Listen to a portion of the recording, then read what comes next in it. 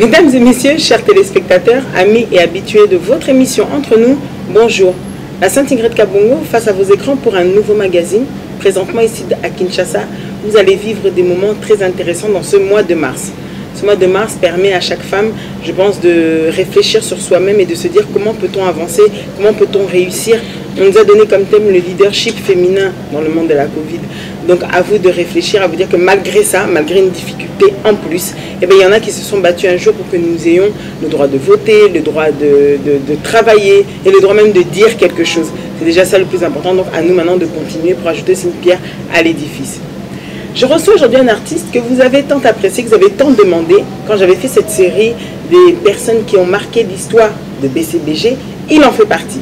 Alors peut-être pour sa voix, peut-être pour sa taille élancée, peut-être pour quelque chose que vous avez forcément apprécié chez lui, mais aujourd'hui il m'a fait l'honneur et le plaisir d'être mon invité. J'ai cité Jean-Didier Loco, c'est-à-dire alias JDL comme vous le connaissez.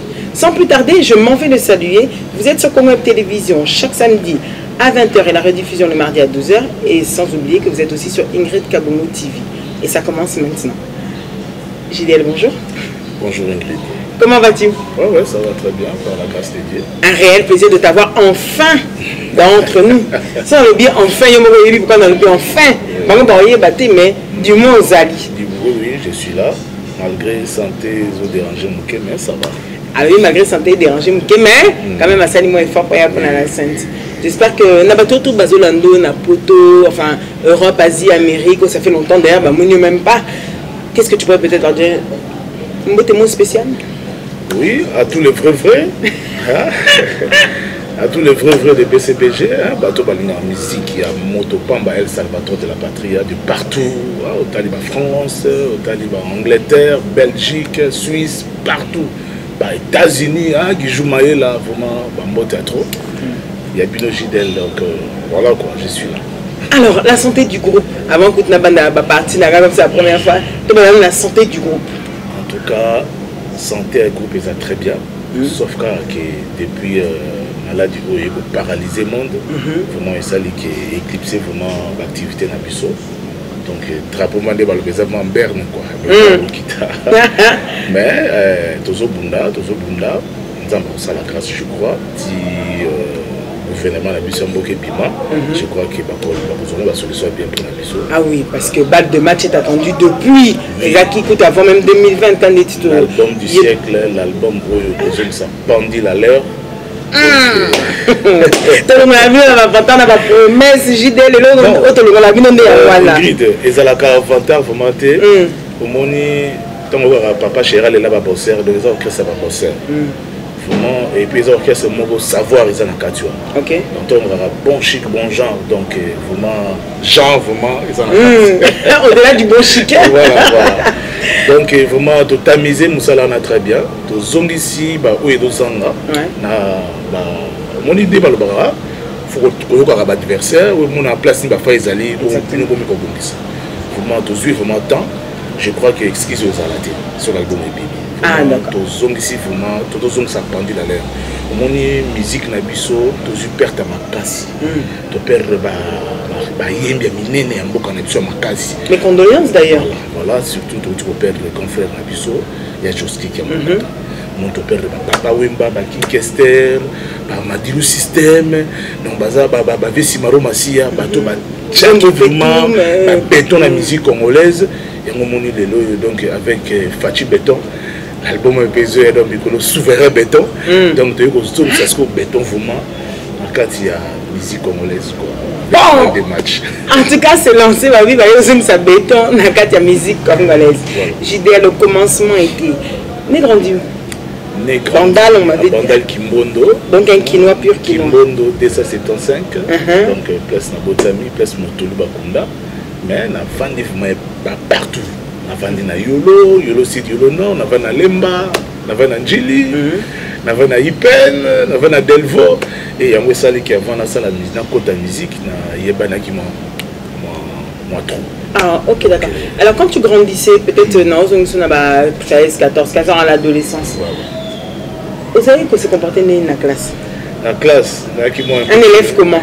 Turbulent, turbulent vraiment, mais nazala qui sage, vraiment chic vraiment pour côté mathématique c'est vrai chic vraiment na linga qui ont ma casse quand tu as ma bâtiment la famille toza 8 voilà toi qui 8 deux garçons 6 filles on a tika linga mo garçon donc dans 5 ans aux 5 ah aux après côté à bakatika dis-moi et mais quand il y a beaucoup de femmes on dit que au babota la famille il y a beaucoup de femmes à songi comme ça il y a la visite au baké bon avec un mot parmi les seniors non bon ça dépend ça dépend et coller les mots ok par rapport au dans colis songi ça moi passe tout ça qui va riche mais tu vivre bien et puis génération on a vu cette génération moins chance parce que à l'époque nos parents basaient na bango vraiment riche vraiment mais tu non manqué le côté na banda au contraire au monde moninga oyo azu biloko pas na bango yo pozu pas na bino bosangisi bozoli ensemble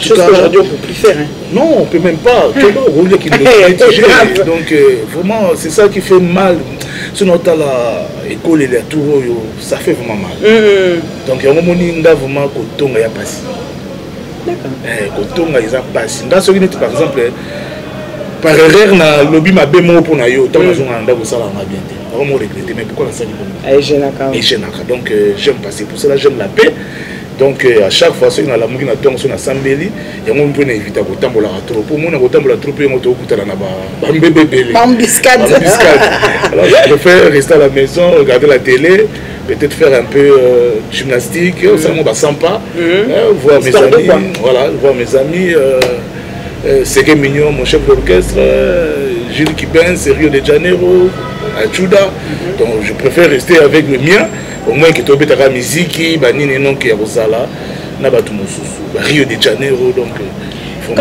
quand tu étais turbulent à l'école mais tu as dit que malgré tout tu étais intelligent et ton comportement à la maison était comment la même chose même il y a moi avec ta balai qui t'était à Bundaka oui kobunda vraiment ndé ya monde on a kobunda ya buzoba bien on a ya buzoba te en fait biso ba kobunda na chose là qui que bozo protéger périmètre na bino ok donc montako uta musika te aya pénétrer bino et puis ça là ba scandale bima en tout cas on a okuta na donc dès que il y a un quartier oui mais c'est quoi parce que moni na quartier na biso il y avait presque tout.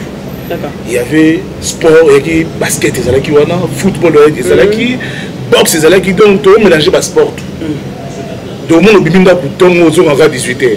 Na tombe pour bimbi pour que nous mettons dans foyer. Aussi ici pour que pas mettre gabon, mettre jambo, mettre l'épaule pour que ça la karaté. Après pour que si on a moto pour que ça peut être bamba la judo. OK. D'accord. Donc mettre ma bouche yama. Champion du Congo, papa Chéral est là. Ma bouche est champion du Congo. Et donc, il va mettre Awazi, donc il va mettre base. Donc, c'est un peu ça, quoi. Donc, tu vas mélanger le sport, tout, et on se demande tout ce qui va blender. D'accord. Et maintenant, justement, aujourd'hui, depuis ces années-là, tout le monde, quand il reparle de JDL, il dit ah oui, mais Azamba les lancé, Azamba les gants. Quel était ton rapport avec les filles à cette époque-là? Parce que tout le monde dans sa jeunesse, il y a d'autres qui ont dit ah non, la jeunesse, c'est un timide. Dommage que Nazalaki vraiment, moi, tant que papa Koufi, ma grande sœur aînée, au point tu vas oui, j'avais vu. Il y a Zoua qui se charge, et puis tellement qui mon boulot. À l'époque, nous étions à l'Académie des Beaux-Arts. Ok. Nous venons de faire ça. Nous avons fait ça. Nous avons fait ça parce que nous avons fait ça. Nous avons fait ça. Et ça, nous avons fait ça. Nous avons facture. Et ce qu'on lié en gros, et comment ça passe?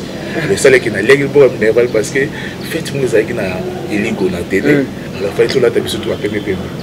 Je suis obligé de voir là où on a sauvé dans la bilamba. Alors, ce que tu as sauvé là-bas, tu as fait tourner les cabines très bien et tout. La fête, elle est caractère bien. On dit que ce qu'on a bien en abattu, qu'on va foutre Minerval. Alors, on a fait un match, on a fait un match, on a fait un Minerval. Et ça, là, qui un mois, on a fait une école buissonnière. Biso wala ba sima ba fleur ba ko na royal ko fleur na ba scolaire ba nini ko sala ba mobulu OK et ti be ko bengana ne ko longwa ne ko tana mbaki institut mbaki parce que ba na ba dade mpoko masaya nini donc c'est un peu ça quoi. D'accord, mais tu nous as toujours pas dit, donc tu as dit avec les filles, tu avais un rapport. C'était ma fille, non, on a dit que Nazaré, on voulait la cité. On a tant à école là, et puis c'est que non, on a trouvé mon boulot, vraiment, Jidel, Tala, Papa, Koufi, Atiki, on a charge. Ah, mais que ça a plaisir, tu as la confrère, on a aussi sa classe, ça a plaisir. Vidénchi, place n'est-ce qu'on a conscience. Malo banane, ça là qui habité. La vidénchi, ça la sert, on a plaisir. Mon boulot, c'est dans votre classe? Oui. En quoi? En mécanique générale. D'accord, ok. Et alors justement... Ok. Comment tu te retrouves en Europe? Bon, on a autant en internat qui sent tout. Mon grand frère n'a rien dit qui beaucoup plus ami là-bas, Saddam Hussein et tout. Mais on va se faire avec jeune moko, on a qui sent tout le boulot. Comment on a appelé Banaïto? Alors tant on a vu des penchik, on a contacté PDG, a aidé dans la visa. D'accord. Et au salaire qui on va plus chanson. Alors vous avez jeune moi à côté. Oui. Au final. Mikili, mais avant qu'il y ait Mikili, on a eu un choral moko Dewe. À l'époque, on semble dans Dewe. Pour fabriquer choral à Libota parce que beau frère Nanga, na sœur Nanga, on a Dewe, on a et au salaire qui nous côté, tu as le choral na biso Libota. D'accord. À l'époque, on a gratté dans le Makita. Et au salaire qui a un jeune moi, on a fait la sur clavier, c'est que jeune on comme moi fier. Et comme on a dimanche jour et beaucoup d'église, beaucoup dans ce pas pour nous choral na minute koyemba, on a fait bon de la cahier, type au salaire dit non non, on a vendu pour la sur clavier non. Mon frère pétant a aussi beau frère a aussi potoyé à son clavier, dans ce cola, on a fait dans moko, on a bêta petite makasi, il me donne l'accent à clavier. On a chance de sourire, on a fait une sans visa, car à l'époque, on a Zahir. Grave. On a dit mère Zahir. On a fait à l'époque, PDG Saddam Hussein, qui est président à El Paris, a insisté qu'il a travaillé dans El Paris, il a travaillé dans El Paris. Et comme vocation dans les champs,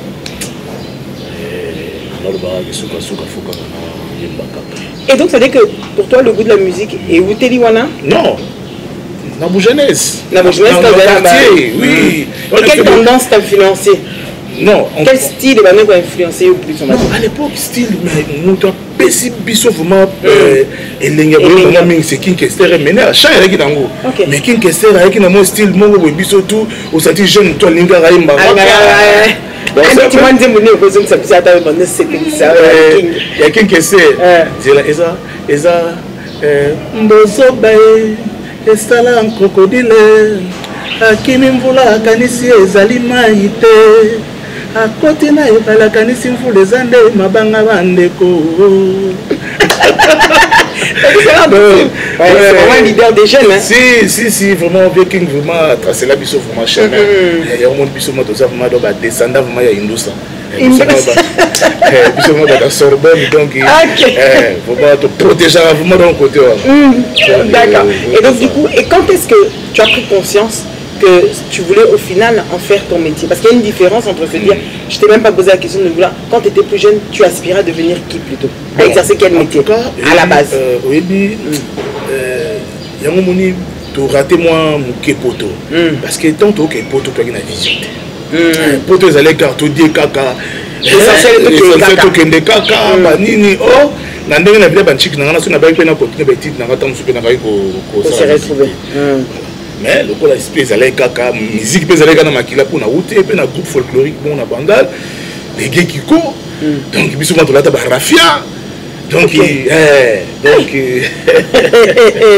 Ingrid la biso to musala makambo to lo na makambo mais vraiment à partir de potonde vraiment épesi moi impulsion donc propulser ngai voilà poto j'étais avec mes amis César Loboko Jeff Fongé donc to buka ba Paris wana na biso na sakanaté mais to ki na chance ba ko le bande na biso ba vu bikolo te c'est une chanson les alaka mitam soupé la musique a repris une autre forme. Voilà.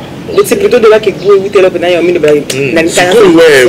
non, c'est pas un musicien mais musique c'est que je n'ai pas de d'accord. Et à part wana na Paris na travaillé na artiste miné et belé comme par exemple Olivier Ngoma. OK. Olivier Ngoma le Gabonais. Oui.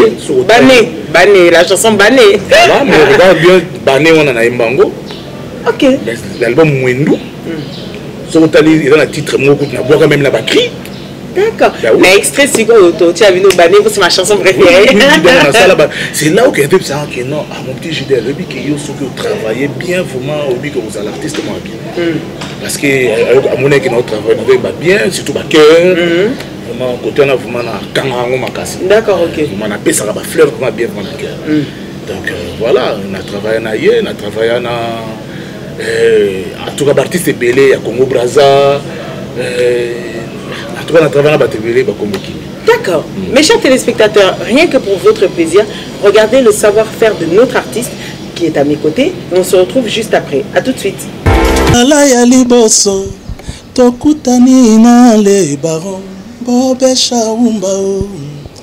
Présence na yo, simplicité pas action na yo, vraiment ya babaro. Mbabe shaumba na yembeli yo nzembo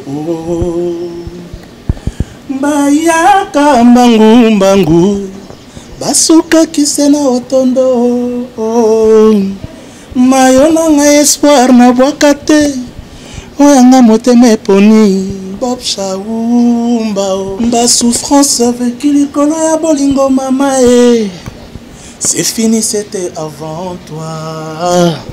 Lelo nga nazwi eteni na ngai ya bolingo ngokas nakotika yo tokende ngokas nakotika yo tonana océan Pacifique nakofaire échouer baplan machiavélique bambanda nakosenga defa o papa wemba basalela yo nzembo na mongongo ya souverain lindanda ya simaro Bayembelo nzembo ya bolingo, une chanson d'amour.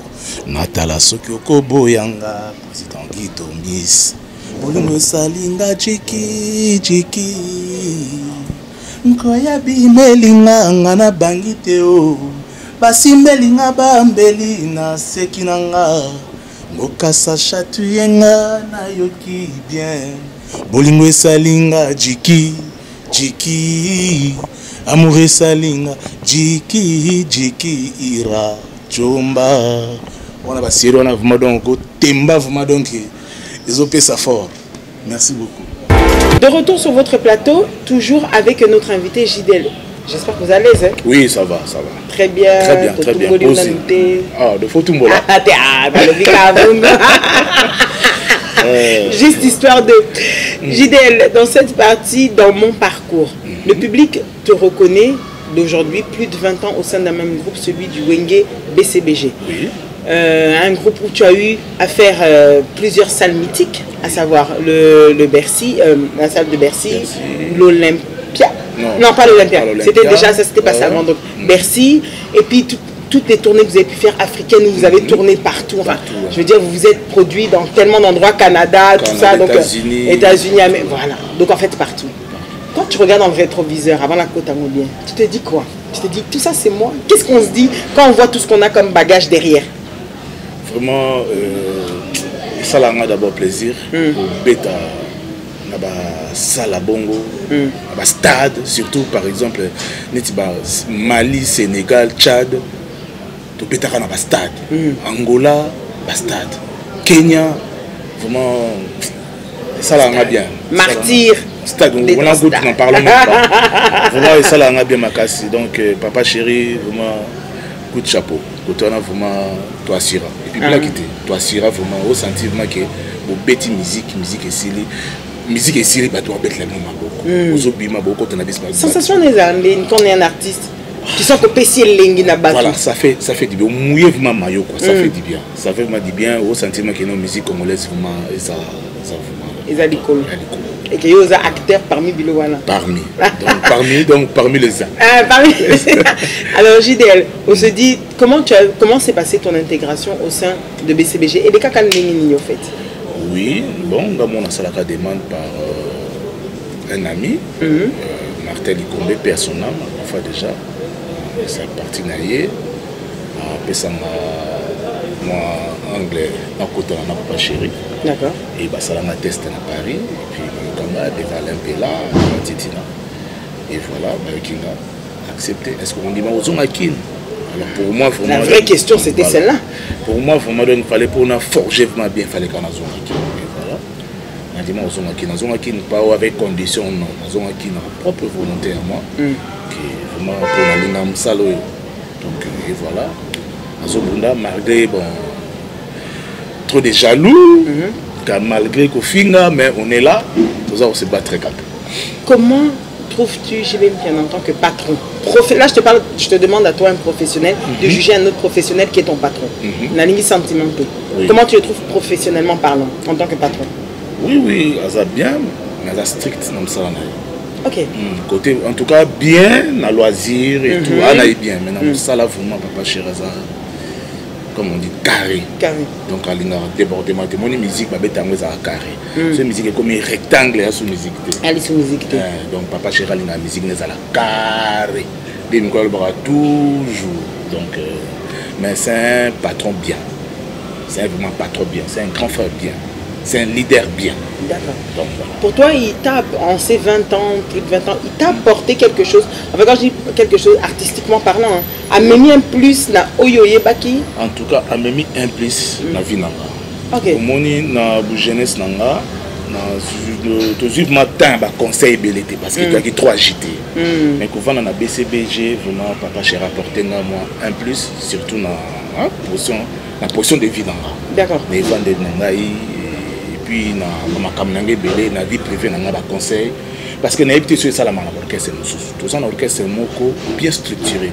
Donc ceux qui par exemple concert ou répétition ceux qui s'ili toujours 10 ou 20 minutes il y a causerie morale. Vraiment c'est un patron bien. Ton intégration s'était passée comment, c'est-à-dire les abonnements de difficulté oui. C'est-à-dire qu'il y a déjà un poteau donc ça veut dire que Claire Betty soit jalousie à comprendre déjà non, que les gens peuvent te voir quand aussi. je te dis jalousie pas dans mon groupe oui bien n'ai expliqué le mon groupe na regrettar en trop si on a mon artiste par exemple à Longwe ils à la Mabé Ezali mon amuta Longwe mais au finga non c'est pas bon c'est pas bien oui bien vie à facilité ils ont la part dans le monde de la musique. Ils ont la même dans Moussala qui soda. Ils ont la même dans Moussala où il y a menuisier où tout travail, tout boulot. Tout dans la vie, et là comment facile les salakaté. Dans la vie, au contraire, c'est un obstacle. Il y a un des autres pays qui sont makasi ou mata ou comment. Donc par là qu'est-ce que je voulais dire que dans ces pélatés là mon amutsora longwe afinga. Oh, il faut retrouver l'obstacle là, il y a un moutou et qu'on peut ça occasion chance au matin.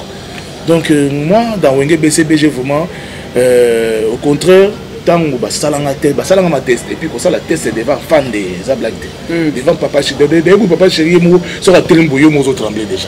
C'est fan. Oui. Mais là dans ma fan vraiment au monde de la fan ba comment ba dire ngama na fan à Wenge parce que conseil. Ok. Et puis j'avais un ami, qui premier animateur dans Wenge. Donc, si qui va concert à Wenge à Kala, au moins que oh Jean Didier Loco, donc on va déjà. Oui, c'est vrai. Ah oui. Et ce qu'on a dit, et puis quand il y a une blague, tu es Wenge, toi tu es qui? Hein? Non, moi le loba tu me souhaite me souhaite pas ça quand Wenge. Ah mais tant aux yeux on a ma beaucoup. Alors il faut pas conseiller la langue. Qu'est-ce que tu vas y bisoni? Naïmba qui ne bougeait, naïmba capitaine Benelix, naïmba mon ami Kobos. Mon ami Kobos. Continue comme ça mon ami Kobos. Olebi. Kobos sur abisso mon qui na mon ami Kobos. Okumbe talanga na miso ya kofole. Yo mobali kitoko molai yimbinga o. Papa chéri me repamba. C'est bon. Pour passer sur test, il y a chant, il y a danse. Ouais, par contre, moi, on a qui beaucoup plus deuxième voix. Au fur et à mesure, tant bazo kanga, tu peux pas chéralité. J'ai des lieux dans mon niveau, oui, ma première voix. Donc, on se retrouve comme quand on a su qu'on a afin. Ah, ok, il y a ça moi remplacement. Non, pas remplacement. Et bien, on a un monde de musique. On a une ligne à concurrence. On a une ligne à concurrence. Loyal. Mais c'est bien. C'est bien. Et bien, il y a ceux qui peuvent un match, jouer au bavin à bas, qui va te foutre. Non, au contraire, écoute, tu vas changer un match, ça va jouer au bavin à bas. Au moment où tu as un match, tu vas mener 2-0. Que match est 15 minutes, il fidèle. Boum, bah, quand ici, réserve. Il n'y a pas de bêtises, 2 buts, 3 buts, vous gagnez pour tomber le coupe. le coup orchestre. Bien sûr. Voilà. Donc, Jibel Biana a souvent été critiqué. Critiqué dans quel sens que, hey, par exemple, quand vous êtes arrivé, il y avait aussi Bicou Lebrun, il y avait aussi Richard Moukena. Oui. Voilà, vous étiez plutôt 3. Ou du coup, vous avez porté aussi à bien d'ailleurs des flammes de Bercy pour que Bercy soit une réussite scénique. Allez, chacun expliquera à sa manière. Souvent, ce qui est revenu, c'est que c'est vrai que nous étions dans une période où il y avait les attentats du 11 septembre. Le concert était 10 jours après. So, beaucoup de personnes qui n'avaient pas de Mikanda, de côté, avaient peur de se retrouver dans les attroupements pour police. C'est comment circuler et Belén à Paris. Est-ce que pour nous, les gens ont vraiment raison que Bercy est autour de la tête ou effectivement, pour toi, tu t'es dit que bon, peut-être que c'était une mauvaise communication, peut-être. Kotonda ou pas, d'abord, Batou. Pour bazo l'occasion ya koyake na ba bazo l'occasion koya ba ebi d'abord que papa Chara sala na musique bien. Alors côté on a le ba mama Batou na ebité. Mais d'ici ko tant Batou bazo beta ba bien on acoustique. Oui, ba acoustique oui, ba live acoustique. Non, Batou bazala plein. Batou bazala plein na ebité faut pour la beta la Batou musique a bien faut bazala combien. Attends ceux qui bazala kaka 2 de ngato beta la banka musique on est kaki wana.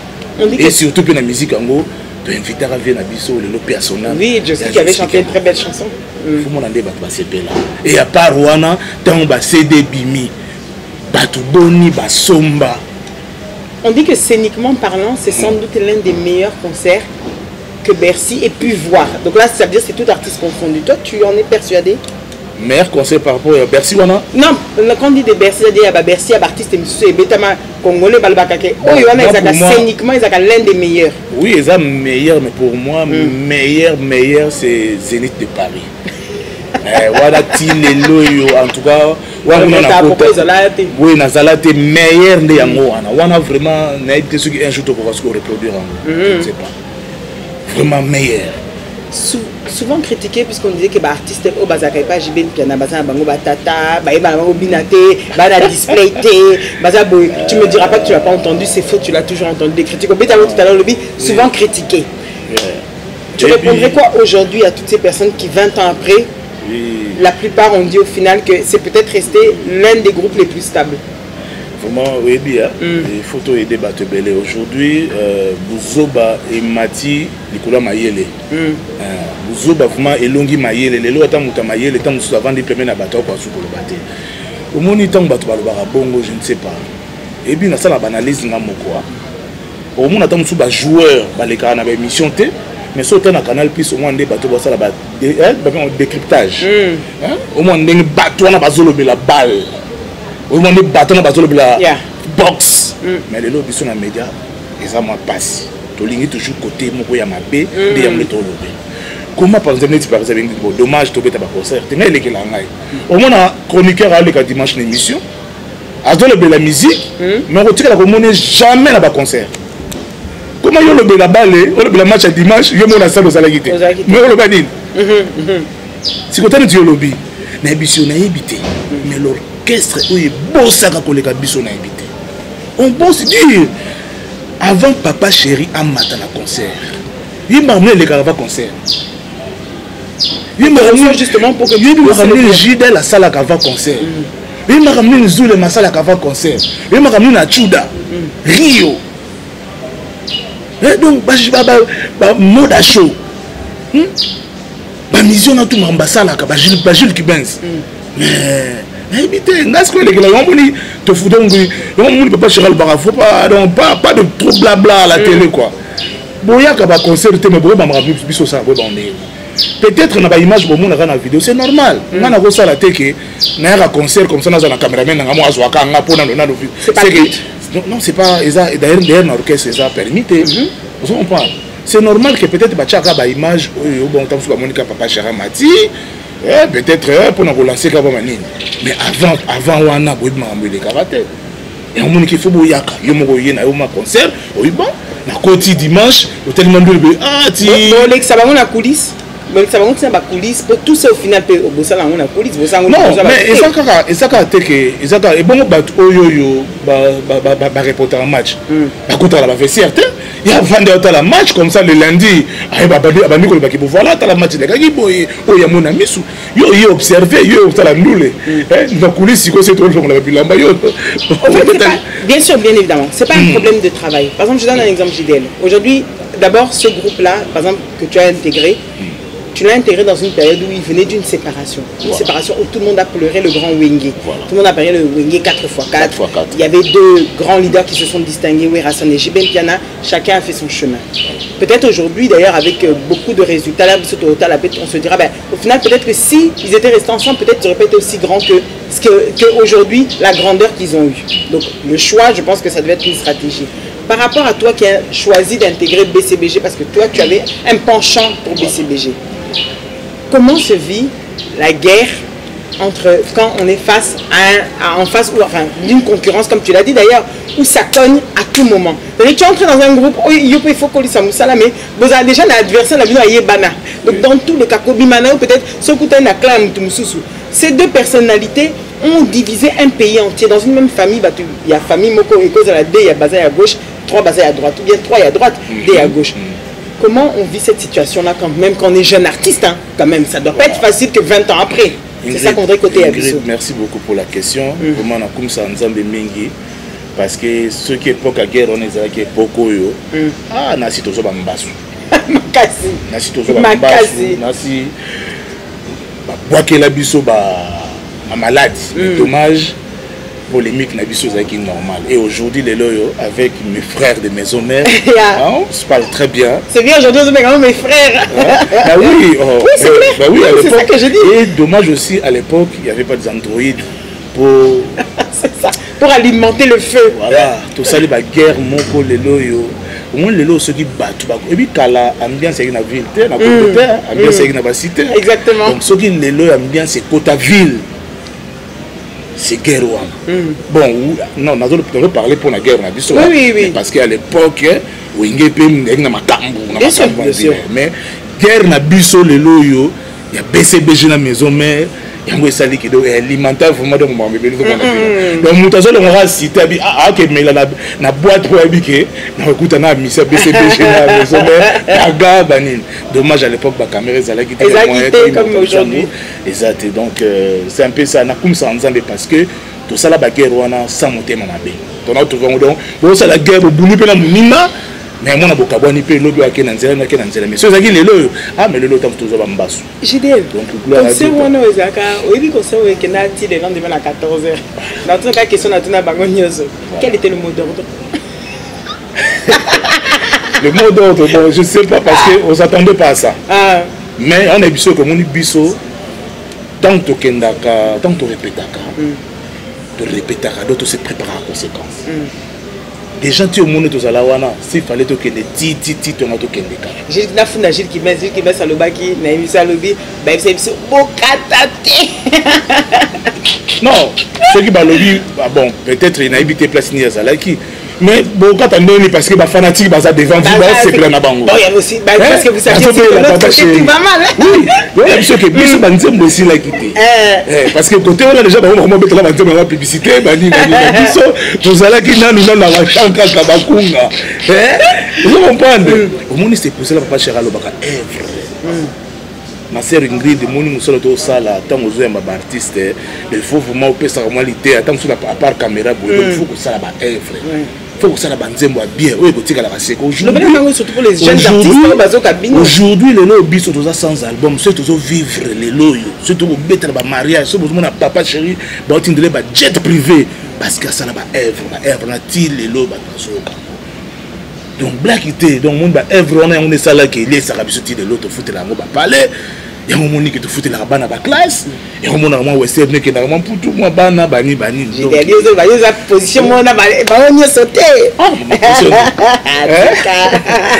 une position dans tous les cas na minute de frère quand c'est pas pour ça pour les mine yo monique ba tracasser les kebelo sen. Non, na sala ngote na tika la pe relaxer image on a été na le baga nous vivons ensemble nous mourons ensemble et ngolo bateke parce que so moni passe ana denda na zo avion na kinete donc na za awawa ko le qu'est-ce que voyager qui poto na kepoto na masana nga tout na musicien na président ngai donc voilà Une question que j'aimerais te poser, parce qu'il est entré en même temps que toi, c'était Bikou Lebrun. Nous l'avons reçu il y a 4 mois à Londres, dans cette émission Entre nous. Quelque chose nous a pas... Non, c'est pas choquant, c'était son avis, mais j'aimerais que tu puisses nous en dire ce que toi tu en penses. Au-delà de dire que vous êtes dans un groupe qui appartient à BCBG, vous recevez aussi une formation, je pense, parce que vous arrivez dans un groupe d'une personne qui est artiste depuis plus longtemps que vous. Il a dit, moi j'étais déçu parce que je me suis rendu compte qu'au final, JB Mpiana ne nous apportait pas grand chose, il ne nous formait pas, d'ailleurs il n'était même pas là en studio. Moi j'ai fait ma chanson, par exemple je donne un exemple, j'ai fait ma chanson et il n'a même pas été capable, on n'a pas fait ensemble au studio, parce que quand tu ne lui plais pas, et ben du coup c'est comme si tu étais écarté sans qu'on te le dise. Ingrid, d'abord, est-ce que vous donc merci, vas-y. Merci beaucoup Ingrid. Vous savez, moi je vais parler beaucoup plus de mon orchestre au BCBG et de mon patron Papa Chéri. Oui, Bikou Lebrun c'est un frère, à Sali tant bien à Kata avec BCBG. Et aujourd'hui même on a gracié Bino, Nzembo nae à Omni, Papa Chéri est allé là en fort. Alors bah écoute un jour ceux qui basent en vacances nakin, à Sengakuto répéter rango. Même dans Nzembo Beka le sénateur Richard Moukena, je salue aussi. Donc à Senga Nzembo on a tout répéter rango. Un jour sur la master basé nakin, sur la leki, tout bêta. Donc on a vu que moi na vie à moi na mobile vie ça la facilité ça la difficile donc le l'option de mon on que tant ba parents ba beta biso ba film ou ton ba na amitié ton quand ça ba linga biso de contraire peut-être ba na redresser biso chemin moral bien d'accord donc voilà donc l'homme doit se battre bon on les a ba propos na yé mais dit-il que vraiment tous en biso bien ça bien OK voilà. Au sein du groupe, malgré qu'une personne peut être votre patron, à la base on est tous collègues puisqu'on est tous artistes. Est-ce que quand Mabé Yaka, vous savez le dire? Par exemple, toi tu sais le dire. Si tu trouves Okuti pour aider toi aussi, si Okuti par exemple, si Okuti Jules qui baisse l'erreur, vous arrivez à discuter? Oui, Ingrid, d'abord il faut dire ok, Mabé Yaka kaka. Mabé Zala kaka. Mais biso lo que ça, biso d'abord na musala pour Mabé ya, fait que c'est que yo monte au sali Mabé. Parce que présent à l'anda kunaï, il y a pas d'anda kunaï. Lieu de raconter une chose à la répétition ou concert. Alors ceux qui y ont un concert, aussi il y a un concert. Au bimi li banda il y a règlement d'ordre intérieur. Ceux qui y ont une répétition, vous travaillez bien té. Monde que vous appelez li banda. Alors ceux qui travaillent bien té, bon ça la nini. Bon corriger au gaga. Bah non que non, tu dois beaucoup travailler, il faut ça lavement. Voilà, c'est ça.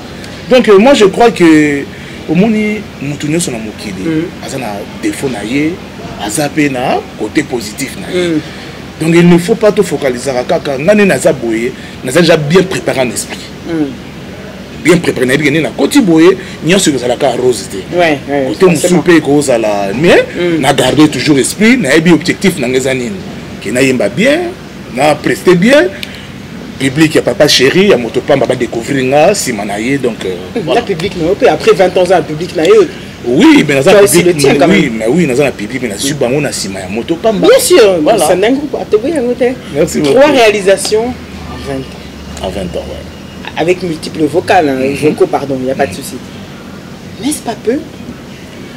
Oui. Qu'est-ce qui se passe? JDL n'écrit pas beaucoup, JDL n'est pas inspiré. Non, j'ai écrit. C'est pour ça qu'on a ce temps on a ce que 3.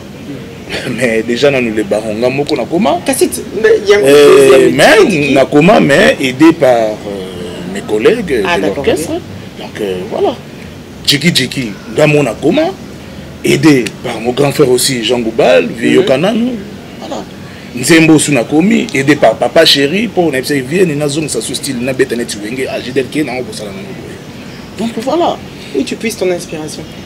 Maman, je suis artiste. Qu'est-ce que c'est que bizarre? Je suis artiste. Comment je peux dire?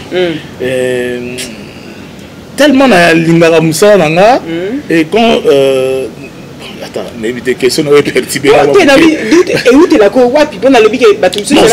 C'est l'amour qui me fait parler. Moi, c'est les faits sociaux. On a coupé dans l'Anzélande, c'est une inspiration. Voilà, pareil, effets sociaux. Et puis, ça arrive comme ça, spontanément. Dans un concert, on s'inspirera dans le milieu. D'accord. Dans un concert, au cas où on a le bosso, on a créé l'ango. Et ça, on a préparé. Oui, bien qu'il faut vendre. Moi, ça arrive comme ça. Moi, ça arrive comme ça. On a senti.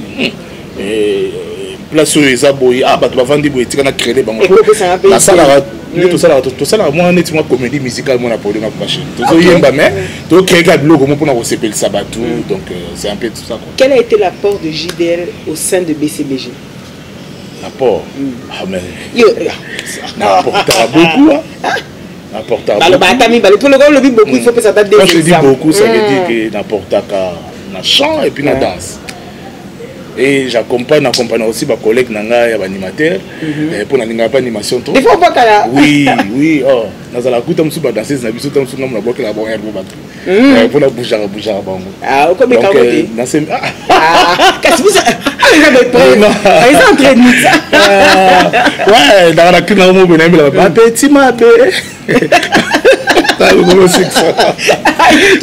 ont ce qui va papa Cherabi on sait de la danseuse babi en tout cas n'a toujours motivé bango n'a pas lancé par comme na bango et ça la bango babi donc tu la animateur tout bon aux artistes complets hein pas d'artistes qui font toutes choses hein. Oui voilà quoi aujourd'hui un nouveau vent est arrivé, c'est-à-dire que votre époque, je vais pas parler de l'époque passée non, ce que je peux dire c'est que tout le monde a essayé. On se dit que moi, à Abotamaka, à Zokola, un jour, ça n'y a pas là. Au Bétaïngan tout à l'heure, à Obala. C'est une manière de dire quoi? Qu'une personne est amenée à grandir, à évoluer, à prendre son envol. Donc je pense que quand on vous prépare aussi, c'est peut-être parce que il n'est pas dit que l'artiste faut vendre des langues toute sa vie. Il n'est pas artiste à part entière. Alors ça a fait chez moi. À quand un album solo ou une carrière solo pour JDL? Ouais, ceux qui n'ont pas qui m'a coqué pesa melinga. Donc, on a reçu ma papa chéri ouvertement. Au sein du groupe BCBG, on a fait l'album Nangande, on a le à son âme. Le grand frère propre, il y a Joski qui aime beaucoup. Et là, ça la bande va danser, et le OK Jazz. Donc, voilà, parce que on a habité à part Wenge, on a été ceux qui n'ont pas sous place. C'est vrai? Oui, parce que Wenge a esprit. Peut-être, bon, Batumsusu Bayana Bango Ayena Ekaka Atoka vers na Kende. Ngavma Wenge esprit. Et puis na petit na côté na Wengango et pas Moutazaka leader. Il y a Wenge yango ya 4 fois 4 tout terrain. Tu vois? Donc c'est un peu ça quoi. Donc vraiment ils ont la rêve. Que tu as concrétisé. Voilà, on a concrétisé en gros. Et puis je suis là. Donc je ne suis pas pressé. Et voilà. Ah, mais tu sais quand même qu'un jour pour toi-même, tu aimerais le faire. C'est quand même un souhait. Ouais, c'est un souhait parce que moi, quand je suis sur un album, tout ça, chanteur et belé. Il faut donner l'opportunité. Peut-être, aux amis, peut-être, au marqué côté mon beau, mais aux occasions en côté. Donc voilà, peut-être un album de aux occasions. Parce que moi, Kala, peut-être le comme album, mais Kalizagi album de Kalizagi vocal. Kalizagi chanteur pour bailler, oui, mesure, si on a oui, mesure, voilà, Bima. On peut s'appeler Lengi. Les lorsque comme il faut y manier on attend au sala bako basi mais la vocal la sur quoi oui mesure parce que là ça va tout que danser. Donc c'est un peu ça. Donc tout ça l'a apprécié et quoi yango parce que l'album a mené les alliés après balle de match pour dans son chemin de fer. Donc là on a pas t'as 15 ans. Depuis combien d'années que vous avez JDL vous avez fait sincèrement. Et puis la mine Ingrid. Moi je crois que Hollande Révolution et à Wenge BCBG ils ont la question musuko tan musuko poser en gros dans le sens nini orchestre souffle na kasi touti na ba troka jambe moko na ebisio ko bandaka touta ba Zénith et ba Percy to betana no 50 to bimakate quelle difficulté to bandi ko bimwe pour qui combattait bandi na poto et puis tout ça première victime orchestre victime ya donc biso donc aux hommes on a catholique ce album on peut comme prêt to bimiso sous Covid et Covid et ba no kita botoni to biso sous couvre-feu.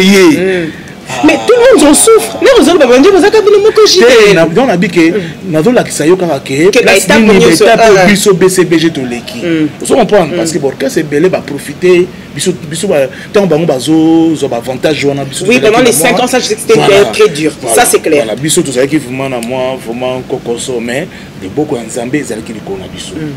Tout betaka ba concert to bon to bimate to vendre la bine à Kinshasa to kanga toutes 24 communes à Kinshasa to kangi RDC mobimba to koti bangola to ke bakabo blackité Donc ça orchestre mouvement Zambé a toujours le beau on est sur une émission qui côté on a vraiment il faut soutenir la personne à casse. Après album Oyoyo tu reçois sous temps il y a Koumi ça sous album ce album est Oumeli et qui volonté na bisoté. Est-ce que tu es pour tu sais vous avez un système à l'époque où tu souviens toi et comment un album tu mets 30 chansons le public commence à c'est là je parle de tout le monde en général un cas BCBGT et comment tu as 30 chansons surtout pour si ma yembeli un tel il faut que kaka chanson est belle. Est-ce que toi tu es généralement de ce système ou bien ta net musique et comme il est là mais comment pas si des gens écoutent pas comment qui met la naba maxi single toi tu es plus de quel style? Mais Ingrid il faut bosser la bêtise dans la macasse auto va bien mais yo moko pose ko ça la bêtise pourquoi ba toi so boya ba 30 chansons comment on sali 30 chansons au betara style moko comment on sali 30 chansons au betara des temps kaka le lelo banzem le ko ba jojo bon des arasute. Mais pourquoi ma businessman? Tu vas pas me dire que c'est normal. Mon étibition n'a pas de match. Parce que papa Chéra a si chance dans la mission parce que tout l'orchestre va s'exprimer. Nathan sur auto sali quand même moyen sous les alités donc vaut mieux artiste pour bailler baïfo. Na pesa chance à Chanzembo pour bayokai. Et nakati anzem na album na bal de match donc ils ont la diversité donc style les arts de Yobika Wenge donc Wenge tu se focalises à un style mogoté Wenge et puis là c'est bien comme c'est plusieurs artistes différents voilà comme style mais toujours couronné par Papa Chéri. JDL c'est quoi ça c'est quelle est la surprise qui a bombé dans la balle de match comme c'est toi mon invité na tout na il y a Jules qui baisse il y a Sialoba qui a ainsi dit l'Éternel. Ainsi dit l'Éternel qui joue Maëla. Bogard Mogo en Amérique. Ainsi dit l'Éternel. Qu'est-ce que tu as parlé qu'est-ce que tu as dit dans cette chanson et qu'est-ce qu'on va entendre dans cette chanson? Bon, Moni na remercier au mingi na question. Il faut que les circonstances il faut toujours au moins tango sali kambo monta nzamba osali kambo beton Jésus va bénir bateau sous cadre toujours ainsi dit l'Éternel. Donc bon comprendre nzembo ana pourquoi on a payé ce titre on ainsi dit l'Éternel ba mo va na émission boy azela ka yokaka eloko mo yoko ba kwa parce que bateau ba koma souté on prend bateau ba lisco travailler bongo te on bateau ba mo azela ka na TV oh neti biso tozu ba ka on est belé excès ya kolekana ba mission oyemba yeba nzembo inter parole na yo et puis na nzembo mo boye neti oui oh mais ils ont nzembo parole ya musicien na biso moko bazwa ma partie na yeba mobima pour ana yemba ngo tourner na écran l'équipe on est obligé aux on na studio pour modifier donc ça dit le nom extraité ainsi dit en tout cas mama kanga motema pour ça déjà ko sepela oza ko sepela traka ainsi dit l'Éternel. Tela lolo je se fongoli mapapu ba banjelu je ba di ko pepa déjà mapapu na bango donc tela to betinze mona so Dio siko na Papa Chéri featuring il a featuring OK na Papa Chéri donc blague dit a petit style mon concept c'est anine ça yango zuko c'est la campagne si soki ozangelo koyo motemelingaka kolela lela butu mo ikoswa mino na mbeto motote na nyayawa na kokate kozanga motolingaka na motema giju mayela o yakae quand même ça fait plaisir pour le matin qui est on a que mona mbunda vraiment ba mongo côté na kempo na beti 3 styles côté mona beti slow côté mso na kemana bonyoma intasko la kesiko na rimbelbe wenge siko na vandi siko na rimbu na wenge siko na siko enta na début c'est bene te le lit Papa Simo Kimbango santa déjà na mabile. Voilà, c'est bon. En tout cas, vous allez découvrir ça dans cet album. En tout cas, vrai, vous avez déjà recépé là. Oui, c'est bon, on moins temps parce que tu l'écris déjà trop, tu le but trop. Alors cette fois-ci, si tu vas sous-traiter, vraiment Ingrid, vraiment donc tu as la rare. Il est tout à l'heure côté comme Ayaki, il fallait que tu écoutes. Donc tu peux c'est la moins mouké. Banamboka, vous allez recépé là. Vous avez balle de match béton. Eh, il est sauté comme il y a béton. Balle de match prévu pour quand bon. Comme yo c'est que tam soyé parce que il y a qui toutes nos questions en tout cas. À partir de la semaine prochaine, la fiche des Okoma. À partir de la fiche dans la ville. Dans la ville, donc on a panneau tout à Gaël à Kinshasa, on a Willery, victoire partout dans Tchangu. Bon, vous avez fiche, il y a balle de match béton. Et puis donc voilà. Bon, c'est prévu en tout cas pour dans la ville. D'ici là, mars et Soukate que Bomoni affiche. Sinon, il y a la JDL, il y a tout. Une fois de plus encore, vous ne nous avez pas dit vrai. Aujourd'hui, dans l'actualité musicale, les sons, tu as bien vu, ont pu varier. Quel artiste ou bien plutôt, quels sont les sons plutôt qui t'intéressent ces derniers temps? Tu vois bien que le vibe n'est plus trop le même. Aujourd'hui, on est plus dans un son qui sort. Hey, moi, Kombina, moi qui pars un peu comme un... Bon, on a la décité. Je suis trop musique congolaise. D'accord. Oui, bon. Encore et toujours. Ça m'arrive aussi, Nayoka, moi, mon musique à Libanda. Moi, quand les gens déroutent, en tout cas, ça ne m'intéresse pas. Et le problème est qu'à part d'être la chanteur, je suis instrumentiste. Et Nalingasu Nazoka Nzembo Nayoka la musique. Et la plupart des albums de chant est impeccable. Mais la musique est holandaise. C'est ça. Comment ça? Je ne comprends pas très bien. Musique est holandaise, musique est trop maï. Donc, musique est pas assez travaillé? Pas assez travaillé, voilà. D'accord. Pas assez travaillé, au sentiment que tu maï l'été. Ils ont que moi, forme mon robot, il y a clavier, et aux autres, ta partition, mon côté, ta bassiste. Moi, dans son animation, dans la musique, ceux qui chantent, et puis si mon espace. L'instrumentiste va s'exprimer. Dans les musiques congolaises, parce que du début à la fin, on yemba kaka, on yemba on quand on dirait batwa c'est platé, donc on forcer kaka. Vous excusez moi la faute et on a épisode qui me close on a occasion sauf que ba poto on a faut solar beaucoup plus ba vieux quoi ba Roxy Chimpaka, Popolipo, ba Lema Kaba. Vous comprenez? Instrumentiste, solo belé na poto tout na bango solo, c'est très important. Donc chant na tout impeccable. Côté chant banama il vraiment besoin très bien. Mais ça commence à lasser un peu. D'accord. Koyemba trop musique et zo karaté et c'est ça qui fait tanka musique ah fandi musique et chant et musique et c'est ça on va bien. Tu peux aussi accepter, tu peux quand même accepter aussi que tout le monde évolue. Les jeunes d'aujourd'hui veulent peut-être plus écouter ça d'avant aussi. souhait. Ah oui, c'est la ligne au côté vraiment la polémique qui était non, je suis instrumentiste. Il y a un monique bon on a l'obité que la musique la preuve on que les chansons sont bonnes. T'as dit que c'est chanté, c'est très bien chanté. C'est pas une critique qu'on va faire, on essaie juste d'évoluer, de comprendre nous tous. Voilà. Donc la musique il vraiment s'accrocher. Et autres côtés. Qui musique yango après 2 albums 3 albums il y a encore musique encore. Ah tu restes dans le même tempo. Même tempo, même voilà. Que veut dire cette question? Vous l'avez tous eu droit, mais là c'est Wenge confondu. Et à la gauche et à la droite Wenge. Cette question-là, que veut dire l'esprit Wenge? Dans cette définition, il y a esprit Wenge. D'abord, esprit Wenge d'abord. Il faut être poli, d'abord. Il faut être propre. Ok, bien examen. Il faut être propre et puis élégant, j'attends.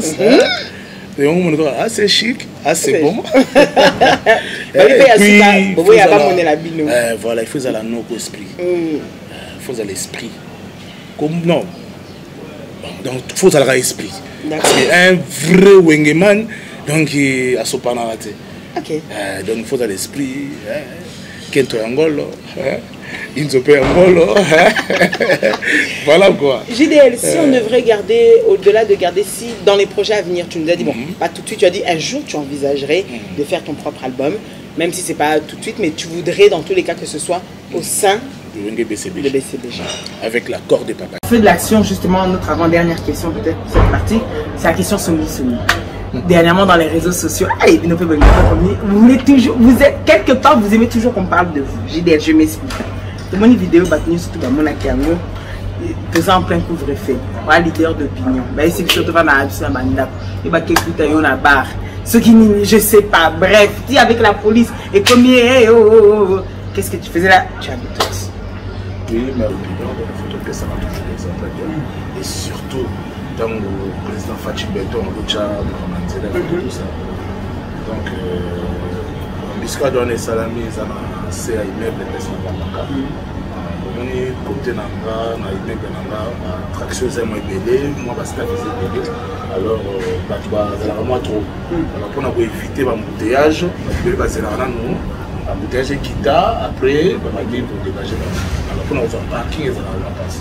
Et puis, la scène a tué il y a des rétroviseurs, des femmes, alors j'étais obligé de parquer voiture mon musique et dans le foot, il va garder mon bon qui espace vide mon ami, ça la masse. Et après, ça la masse.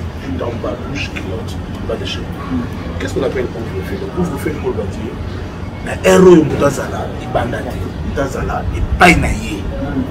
Alors, si on a le couvre-feu, on va sentir que bon, en nuit, il y a trop, c'est tout qui. On a battu le pango avant de naître chez moi.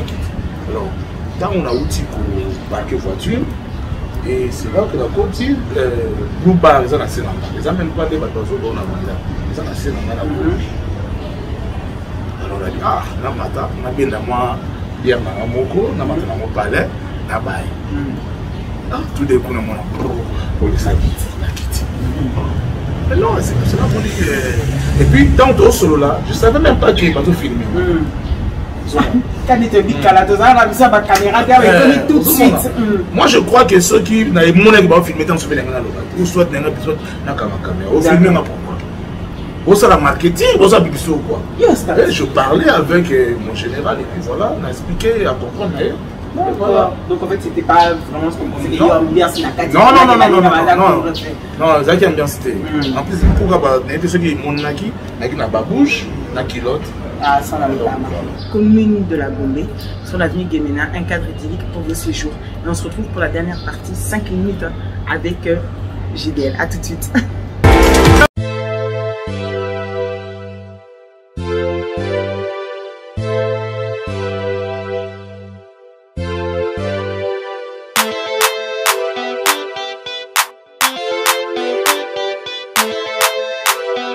Meriba Hotel, un cadre idéal pour toute catégorie de personnes.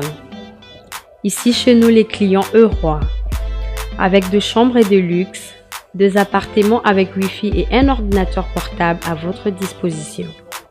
Une salle polyvalente pour vos fêtes, conférences, réunions, etc. avec une climatisation impeccable. Une piscine pour vos baignades et vos barbecues. Un service traiteur haut de gamme est à votre disposition pour toutes vos manifestations. Savourez le plat de notre restaurant. Chez Meriba Hotel, avec un service taxi, votre transport est assuré. Kinshasa Gombe, quartier Sosimat, avenue Guémena numéro 3. Cordial bienvenue.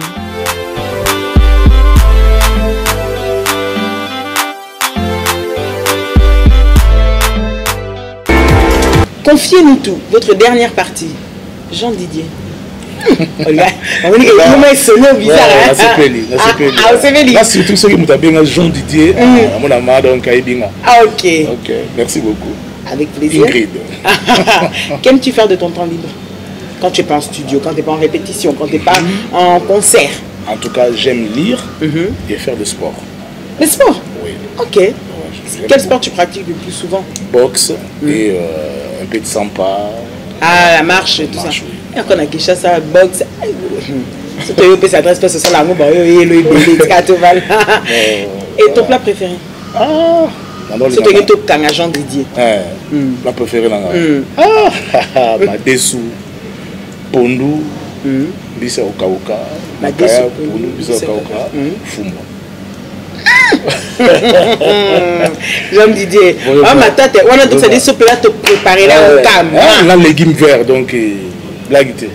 Kito Makas. Kito Makas. Toujours na badia. Oui, forcément avec la boule. Boule toujours. Boule à 0. Et donc du coup, alors, tu vas faire un peu une autocritique. Ça veut dire que yemoko miye baka défaut na moko o linga échanger na qualité na moko miye baka na. Bon, défaut on a s'énerve trop rapidement, facilement comme ça. Donc dans ça la réforme vraiment qui n'a évité. Bon, tout ça hier à mingi sur na mano begende. Mais les autres te sentir en côté, c'est à l'aise. Vraiment on comprend d'été comprendre d'été ou bien bandi ko kima bandi ko ici la rappel. Ah OK. Ici la rappel. Bah ça na fona na chaka mai mingi na munoko na chaka ba avec kim ça rappel, donc je crois que peut-être il y a ça que pour banana banu bien na péquete. Voilà, merci Seigneur. Donc voilà, et Simbi. Et qualité? Qualité, tout le monde se connaît quand même. Nalinga ba tout trop. Ah, tu aimes être avec les gens? Ouais, ouais. J'aime beaucoup les gens. Et na cause de la table sous na sala berrer moko na un rendez-vous moko très important. Mais tant que na bomi on va pour na sunga mutu. Un proche à toi. Proche. Otikala osaka la blessure moko inoubliable au beau santé tilelu. Peut-être à nous tu arriveras à le dire. Peut-être à moi tu arriveras à le dire. Blessure blessure les alrakaka. Les alrakaka de piochata moko pour se blesser. Bataille entre nous. Blessure. Bon, blessure, vraiment, on a regretté dans l'Académie des Beaux-Arts. Ah, ok. Mais toi-même, tu as dit tout à l'heure, ils en ont trop tard. Non, bon, je sais pas, mais. Ah, mon dieu. Nalinga ngo makasi vraiment, na regretté vraiment, na regretté. Donc à chaque fois ceux qui na zo le ka liboso na ka passer. Oui, qui blessé moi léger. Jean Didier Tika. Oui. À toutes les personnes qui ont souvent dit des musiciens, vous avez cette étiquette qui vous est collée depuis et c'est pas vous qui êtes venu avec, même vos prédécesseurs. On parle de musiciens années, Aviva Simamatolo, il vit derrière les gens, ce sont des coureurs de jupons, d'ailleurs beaucoup en Europe aujourd'hui ont même transformé le combat sans soin. Toi tu en penses quoi? Humainement parlant maintenant, pas artistiquement parlant, humainement parlant. Oui, c'est pour cela que nous avons dit que on a bien structuré, Wenge, PCBG, bon chic, bon genre. Donc tout ça là est fort, qui est donc on a mis sa image bien, que oyo ba musicien bazala na monte. Vous comprenez? So tali papa chéri, nous avons musicien ceux qui nous ont un podium. Mais après podium vraiment na comme un normal neti des batba battre la caba musicien musicien ouais battre dans ce même sac là voilà. Il faut donc ce jugement des gens, soit caillou pas vraiment. Oui, soit parce que basolango bien té. D'accord. Voilà, parce que c'est tel bêtise au pasteur ba osala. C'est tel bêtise au docteur ba osala. C'est tel bêtise au comédien ba osala ba dans les yeux ba politicien donc tout ça dans sac moko. D'accord. Vous comprenez. Côté matolo bon, peut-être comme on est de matolo. Non, on a habité, on a habité que nous avons habité matolo. Non, on a habité à Ndoulé, on a boire à Rabat, on a boire à Kayo. Placement de produits. C'est bien un terme, on a placement de produits. Mais voilà, vous comprenez. Mais tout ça, il y a des membres fliants, et à cela, on a bien. Ceux qui jouent dans le business, ne simba qui, j'ai des moutons, on n'a jamais mon on n'a pas si nani. D'accord. Encore tu vois, neti mikolo activités à ma casse, là sur ma casse, n'est-ce pas sauter. Là c'est clair. Donc voilà, la relation tout ça nango, bazo aider. Donc moi peut-être comme mato le cas ils sont honnêtement bien. Et ça si on explique, ça peut mieux passer. Voilà, ils ont honnêtement crédit. Aussi crédit et puis on va satisfaire la concert quoi. Quelle musique tu écoutes aujourd'hui hormis la vôtre? Quand j'ai hormis la vôtre, ça veut dire hormis BCBG. Musique nyozoyo en tant qu'artistique comme ça. Nayoka Minkala. Yakala. Ça devient à Singapore. Quand c'est Minkala, donc on a Michael Jackson, Yakala, surtout Lionel Richie. Vous comprenez? Donc on a bango trop surtout la musique on a dans. Et là Suko. Tu auras quoi parce que je m'entends. Suko sur côté dans la voiture à Zaiko. Zaiko. Oka avis de recherche. Ah ok, d'accord. Et dans les musiques elle dit que j'ai des vacances à ma bête. C'est une vérité. Musique actualisée, il y a des choses Bimi, Bainos, ça toi tu n'écoutes pas. Ce qui fait quand même non, 2020. Non, Nayoka Rango. Tu n'as bien Rango, tu ah d'accord. Nayoka Rango. Mais Nayoka Raming dans mon akala parce que namona eloko eleki kala te. La réflexion tu m'as dit namona eloko eleki bomwana te. Donc sinon quand ça bomwana na quand nostalgique sinon quand ça pour chaque chanson ils ont ça dans une étape de la vie. Voilà donc na kanza poto na kanza ka bomwana ça te manque pas des fois? Avant oui, maintenant non, on a pas Covid. Surtout en fait les poto namona ezaka kodame Rotambola, Kosoma Bilamba. Or, ce que dépassé la bloc, on a tout. Au monde, vraie vie est en Afrique. Et quand tu es en tant qu'artiste musicien ici, qu'est-ce que tu surtout dans job je préfère encore rester en Afrique qu'en Europe. Et qu'est-ce qui a été pour toi quelque chose où tu as trouvé que, en fait, avoir vécu en Europe, ça a été bénéfique pour toi dans ton travail? Quelle a été cette chose? Quand même grâce à Poto.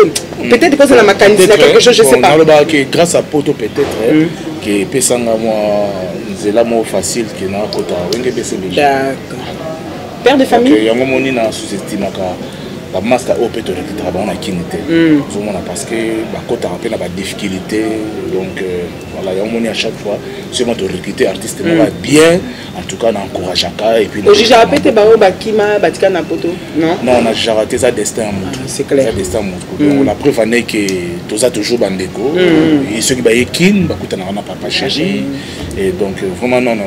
Les gens qui ont peut-être à sentir que bon, mon comme ça nous sort qu'on connaît bah choc à sentir que t'es une occasion s'est ouverte la saisir. Mais en tout cas, les gens qui ont dit t'es papa chéri à toi non. Un papa comment? Un père de famille comment? Un père de famille cool et sévère. Cool et sévère. Ils ont les deux. Cool et sévère. Vraiment cool et sévère. D'accord. C'était un réel plaisir de t'avoir dans cette émission. Notre dernière question pour clôturer, poto kata, poto sili, ça est une question d'ambition obligatoire. On dit que derrière chaque artiste se cache forcément une pensée positive. Une personne qui est capable de dire, quand toi aujourd'hui ça ne va pas, cette personne a dit, ah non, prends courage, vas-y, ça va y aller. Donc, on met une pensée positive et puis ça met la roue à te bénir. On s'est dit que la force d'un homme, c'est forcément cassé derrière ça. Jean Didier est un cœur pris ou un cœur à prendre?